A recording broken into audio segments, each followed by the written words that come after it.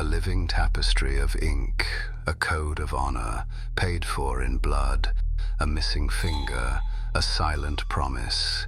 This is the Yakuza, a name whispered with fear and with respect. They are a modern myth, a shadow empire stretching from the back streets of Shinjuku to the boardrooms of Tokyo.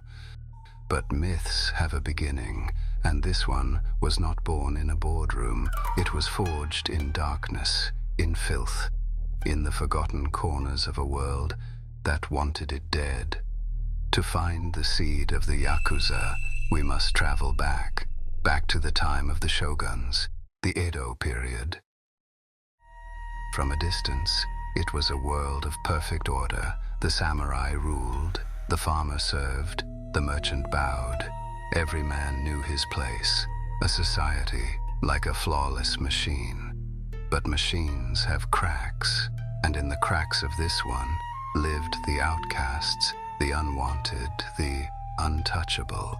They were the ghosts in the machine, and they had names. The bakuto, the gamblers, cheats who lived by the fall of the dice, and the flash of a hidden blade.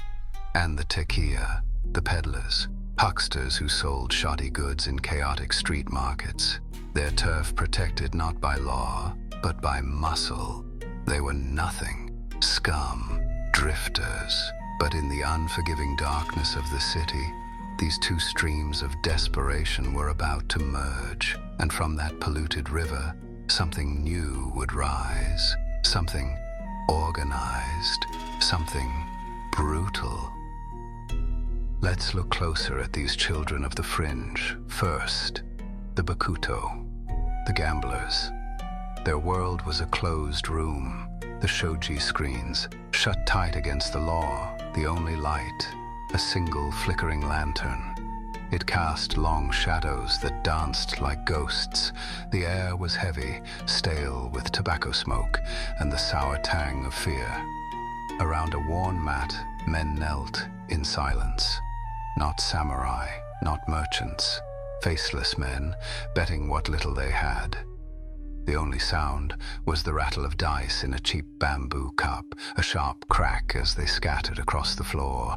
In that moment, the world stopped. Every eye fixed, every breath held. This wasn't sport.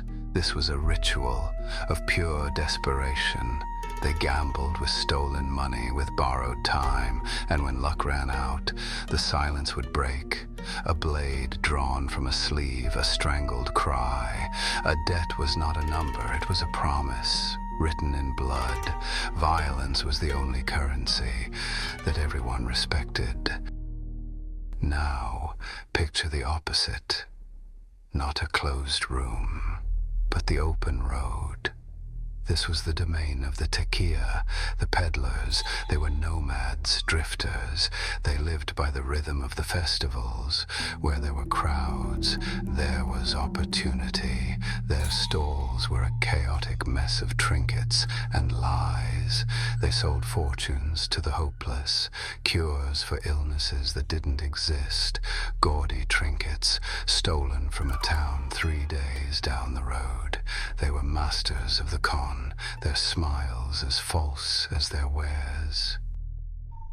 But their business was not just selling, it was controlling. The market was their kingdom, their nawabari, and they defended it with brutal simplicity. Rival sellers were driven out with threats, then with clubs. Shopkeepers paid for protection, a small fee to ensure their stalls weren't mysteriously burned to the ground.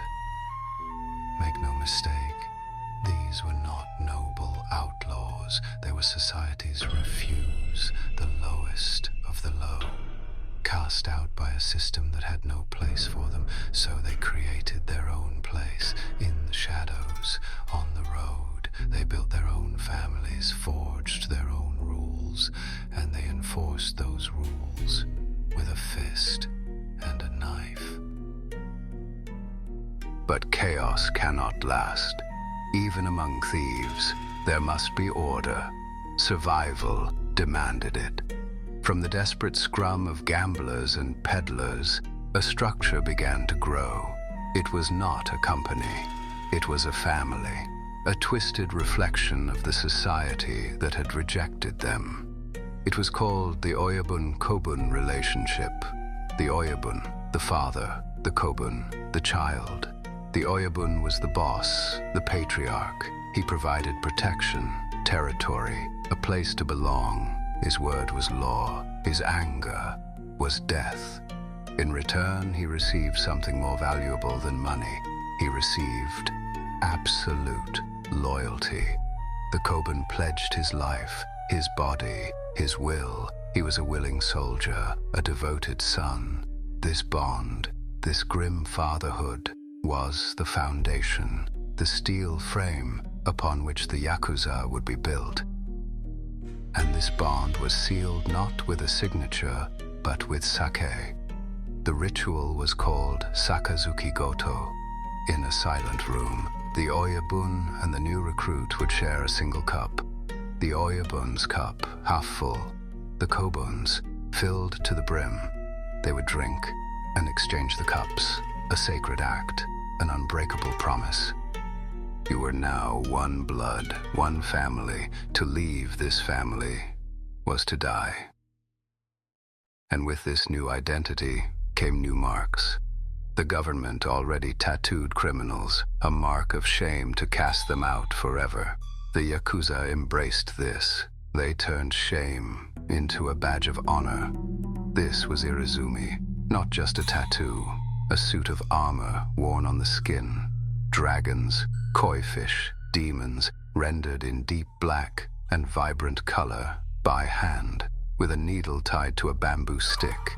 Endless hours of agonizing pain, a test of endurance, of commitment.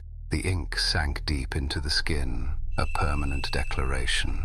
It said, "I have left your world, and I can never return." But loyalty must be tested, and failure must have a price paid with a piece of yourself. This is Yubitsumi, the shortening band of a finger, for a mistake, for a failure, for dishonoring the family. The offender would take a sharp blade, lay his left hand flat, and sever the top joint of his little finger. He would wrap the digit in cloth and present it to his Oyabun, a silent, bloody apology. This was not glamour, this was control, a code forged in darkness, a new kind of prison, where the bars were made of ritual, ink, and bone. A family of outcasts is a nuisance. A network of families is a power, and these families began to spread. Their territories grew, their ambitions sharpened. The clatter of dice was no longer enough. The profits from shoddy trinkets were too small. They began to sell something invisible and far more profitable. They sold debt to the desperate farmer, to the failed merchant. A small loan, given with a smile, the interest impossible to repay.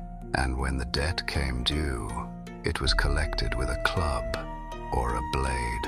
Loan sharking became their engine. They sold order.